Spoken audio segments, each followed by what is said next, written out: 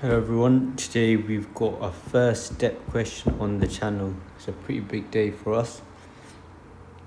So we've got first question of the 1988 step 1.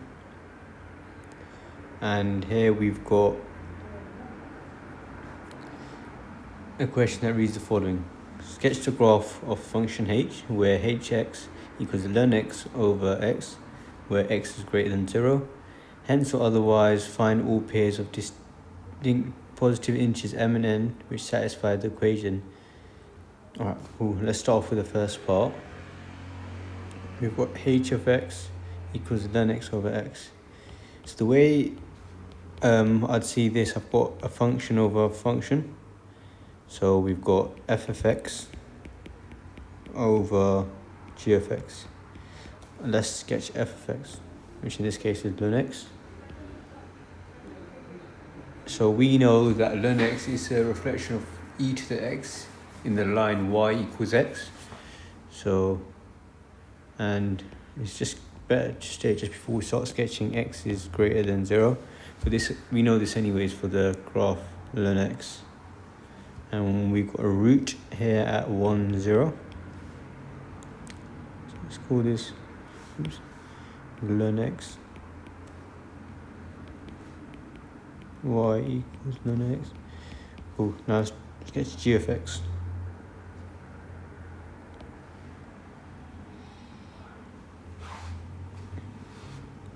So we've got y equals x, where x is greater than 0. So we start at the origin, and boom, we've got y equals x. Now, before combining these two functions and dividing ln x by x, we should consider some important parts of graphs, such as x and y intercepts. So we know that we can't have a y-intercept. Why is this? Because x cannot equal 0. That's fine. Now, if we go on to the x-intercepts, also known as our roots, we make y equals 0. So in this case, h of x equals 0. We have ln x over x equals 0. Ln x equals 0. And we know this happens when x equals 1. So our root here does not change when we combine our functions. So we've got the root 1, 0. Right, cool. Now we should consider our turning point on the graph, and the way we do this is by differentiating. So we've got h of x equals ln x over x. We could go about this and use the quotient rule, but there's a trick we know where we can bring our denominator to the top. By doing this, we're allowed to use product rule. So h dash x, or the derivative of h of x, equals v of x multiplied by u dash x plus u of x multiplied by v dash x. Alright, fine. U of x equals ln x. U dash x equals 1 over x. V of x equals x to the minus 1. V dash x equals minus x minus 2. Now, let's evaluate h of x, h dash x, sorry. We've got ln x multiplied by minus x to the minus 2. So we've got minus ln x minus 2 plus 1. So we've got 1 over x times x to the minus 1, which is just 1 over x squared. So write that. Let's simplify this. We've got minus ln x over x squared plus 1 over x squared. So we just combine our two fractions. Right. So when we're trying to find our stationary point, we set the gradient function to 0. H dash x equals 0. We've got minus ln x plus 1 equals over x squared equals 0, minus ln x plus 1 equals 0, 1 equals ln x. We take e of both sides, we have e to the 1 equals x. So we found our x value of our single turning point. Now if we sub this back into our original equation, so we've got h of e equals ln e over e, which is just 1 over e. So our stationary point is just e 1 over e. Cool.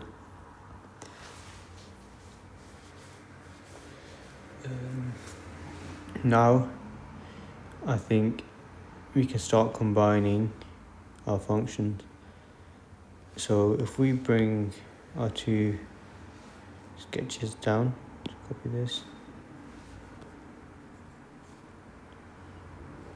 Right, cool.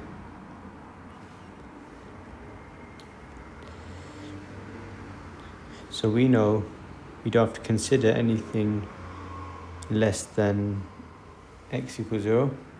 So we can just draw our axis like this. Right. Let's look at what happens when x becomes really large. In other words, x tends to infinity. So let's take the limit of x as it tends to infinity. So we got ln x over x. Well, hold on a minute. Well, if we map both our graphs onto the same axis,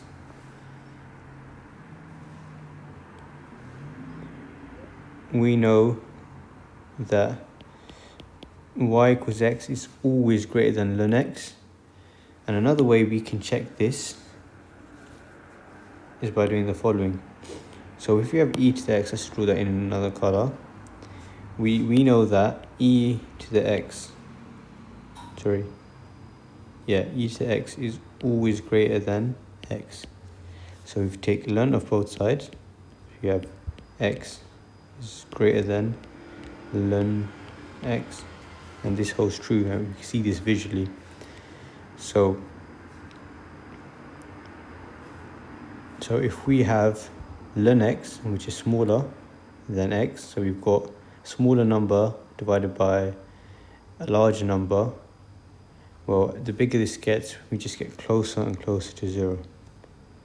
But this happens only past x equals 1. So let's consider between 0 and 1. So hit the limit as x goes to 0.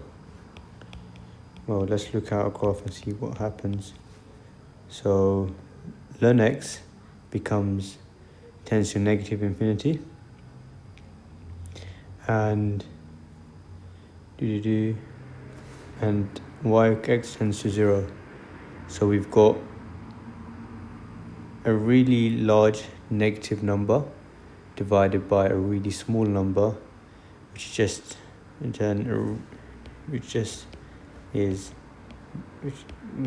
tends to negative infinity. And I think now we've got sufficient points to sketch our graph. So before we start, let's put in our critical point. So we've got 1, 0 here, and somewhere around here we've got e 1 over e. So between 0 and 1, we start off at negative infinity and move to our root, then we go to our stationary point, and then we know after our stationary point we just head towards 0. So this is the stationary point. However, I must correct this because we know that the x-axis is an asymptote. Right, now what is the next part of the question even asking us to do? Well, Hence or otherwise find all pairs of distinct positive integers m and n which satisfy the equation nm equals mn. Right, so let's copy our sketch of y equals ln x over x down.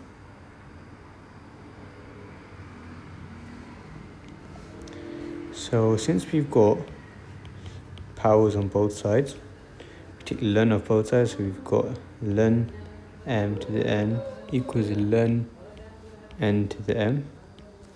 And we can bring, well, for the first expression, we can bring n out.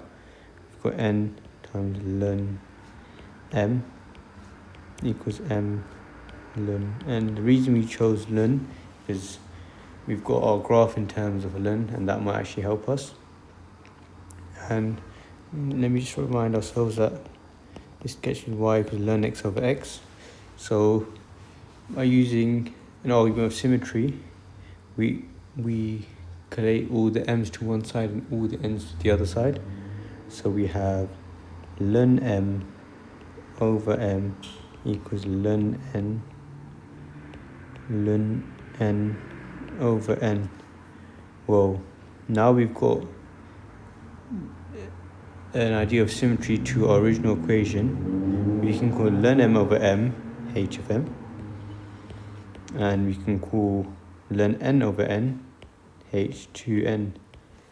Well, as stated in the question, m and n are distinct. Therefore they cannot be the same. So we know that two x values in our graph give this output the same y value. And let's see on our graph, when does this happen? So, and remember m and n, so let me just clarify that m and n are elements of z plus positive integers. Right, so if you look at a graph, where does this happen? So we essentially can just draw a line through our graph. So it happens there, there, there, there, there, there. But look at the region we're considering. We're looking at between 1 and e, where e is approximately equal to 2.7. So 1 m n, well, just 1 is between m and e. So the only integer between this range is 2. So m equals 2.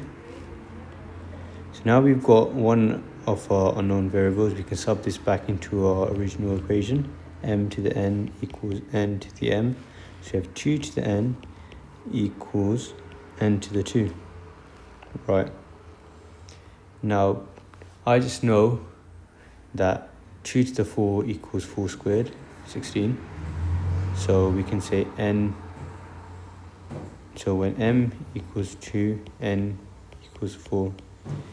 And I can say that this is my only set of solutions, because graphically there can't be no other solutions, because we're looking between here, in this region here, we've got only one integer, and there's no other part of the graph which is symmetrical, or yeah, that's all. So we can say that n to the m equals m to the n when m is 2 and n is 4.